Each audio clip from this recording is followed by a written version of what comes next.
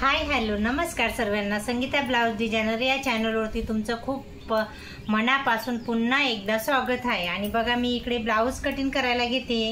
4 Tux blouse आहे पण आणि बघा इतकी सिंगल बॉडी या बाईची बघू शकता तुम्ही। मी तुम्हाला छाती मापून दाखवते एक साईडचं। तर बघा 7.5च येतंय बघू शकता तुम्ही।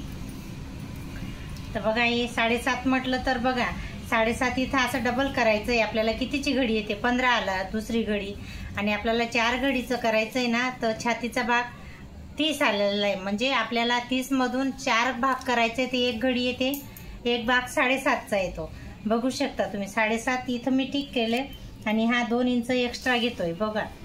तर असं काही मी आणि लंबाईला 15 घेते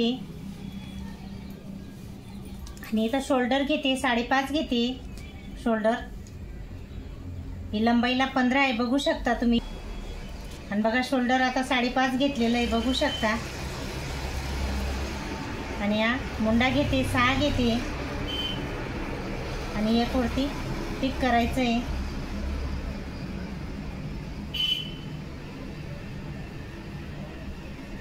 हा एक फ्रंट साईडला आणि एक बॅक साईडला येतो बघा। हा 6 घेतलाय बघू शकता तुम्ही।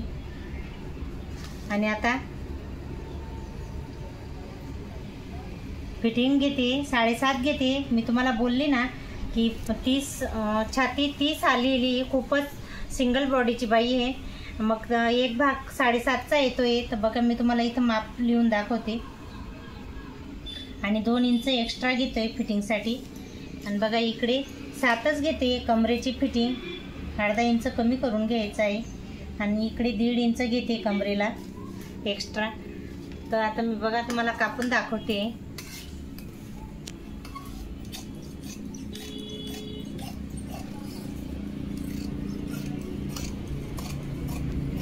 हे बघा आता शोल्डर इथून कट करून घ्यायचं आहे आपल्याला। 2 भाग करायचे बघा। हा एक झाला, हा बॅक साईडला काढून घेऊ। बॅक मतलब बॅक पार्ट आहे आणि आता हा फ्रंट पार्ट आहे बघू शकता तुम्ही। हे झोल येतं ना त्याच्यामुळे एक आवर्जून आपल्याला कापायचं आहे। आणि आता बघा पुढचा गळा मी तुम्हाला मापून दाखवते। तर बघा पुढचा गळा आहे रुंदीला घेते 2.25 घेते। खूपच 2 नाही तर 2.25च घेऊ शकतो कारण हे जे कस्टमरचं ब्लाउज आहे ना ते खूपच वीक आहे त्यांची बॉडी। आणि बघा इकडे पण मी 2.25च घेते, सॉरी 2 2.25च घेतलेलं आहे। आणि लंबाईला 7.5 घेते कारण उंच आहे ती बाई बघा। असा गळ्याला काही मस्त गोल राऊंड दिलेला आहे बघा तुम्ही। आणि आता इथून आपल्याला हा पुढचा गळा कापून घ्यायचा आहे। आणि आता इथून पण 2 भाग करायचे आपल्याला। आणि बघा हे सिंगल बॉडीचं आहे ना म्हणून मी इथं हे 3.5 नाही घेत प्रत्येक वेळेस मी, कारण कसं मी तुम्हाला 3.5चं माप घेते तर इथं मी 3च घेते। आणि इथं लंबाईला 3.5 घेते। हे 3 आहे, हे 3.5 आहे बघू शकता तुम्ही। आणि हे इकडनं 2 घ्यायचं आहे, थोडं माप कमी होऊन जातं कारण आपण जर हे 3.5 वरती हा टक्स घेतला ना तर आपलं पूर्ण फिटिंगमध्ये हा टक्स इकडे जातो एवढं मेन हे आहे। आणि आपला जो टक्सचा पॉईंट आहे ना तो बरोबर इथंच यायला पाहिजे आपला।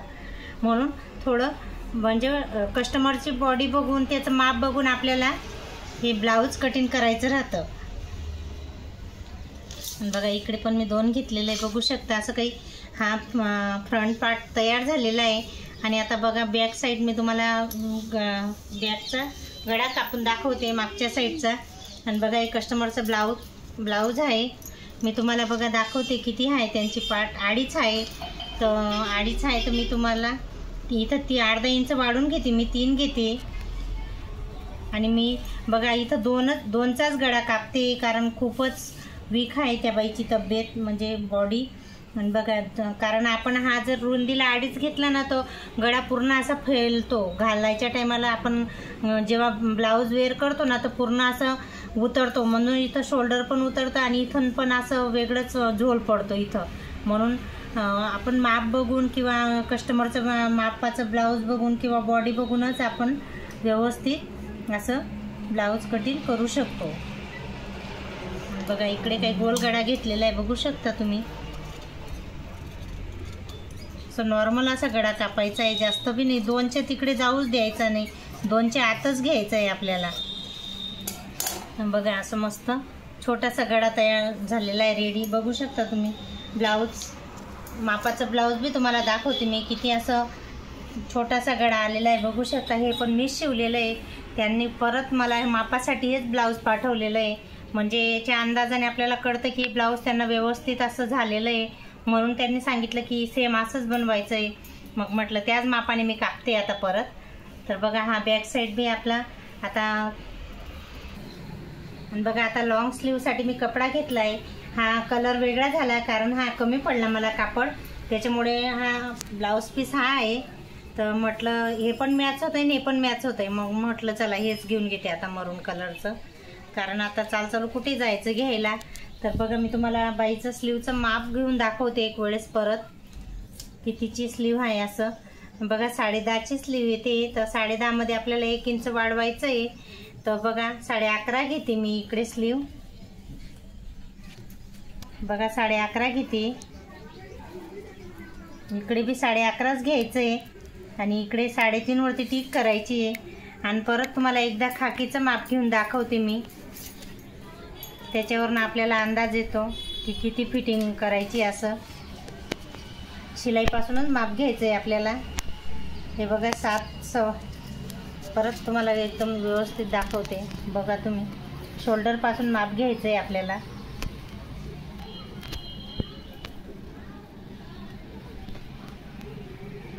हे बघा 7 येतं आहे, बघू शकता तुम्ही. तर इथून मला 7 वरती टिक करायची. बघा तुम्ही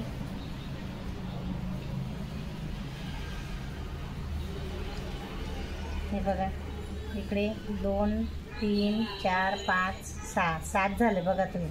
आणि इकडे 1.5 इंच आपण फिटिंगला घेतोय आणि इकडे त्यांची ही फिटिंग आहे 4.5 आहे आणि 1.5 इंच मी एक्स्ट्रा घेते. तर बघा असं काही फिटिंग याच्यावरती आपली मेन शिलाई येते आणि ही एक्स्ट्रा शिलाई घेतोय आपण. तर एवढी काही लागत नाही, पण मी थोडं घेते कारण शिवता थोडंफार इकडे तिकडे कपडा होतो तर एक्स्ट्रा घेतलेलं बरं. आणि हा मच्छी कट घेतोय बघा, 3.5 घेतलेलं याचं अंतर. खाकी बघू शकता तुम्ही. आणि असं व्यवस्थित बरोबर इथंच आपली फिटिंगची जे साईड शिलाई येईल. आणि बघा मी आता तुम्हाला कट करून दाखवते.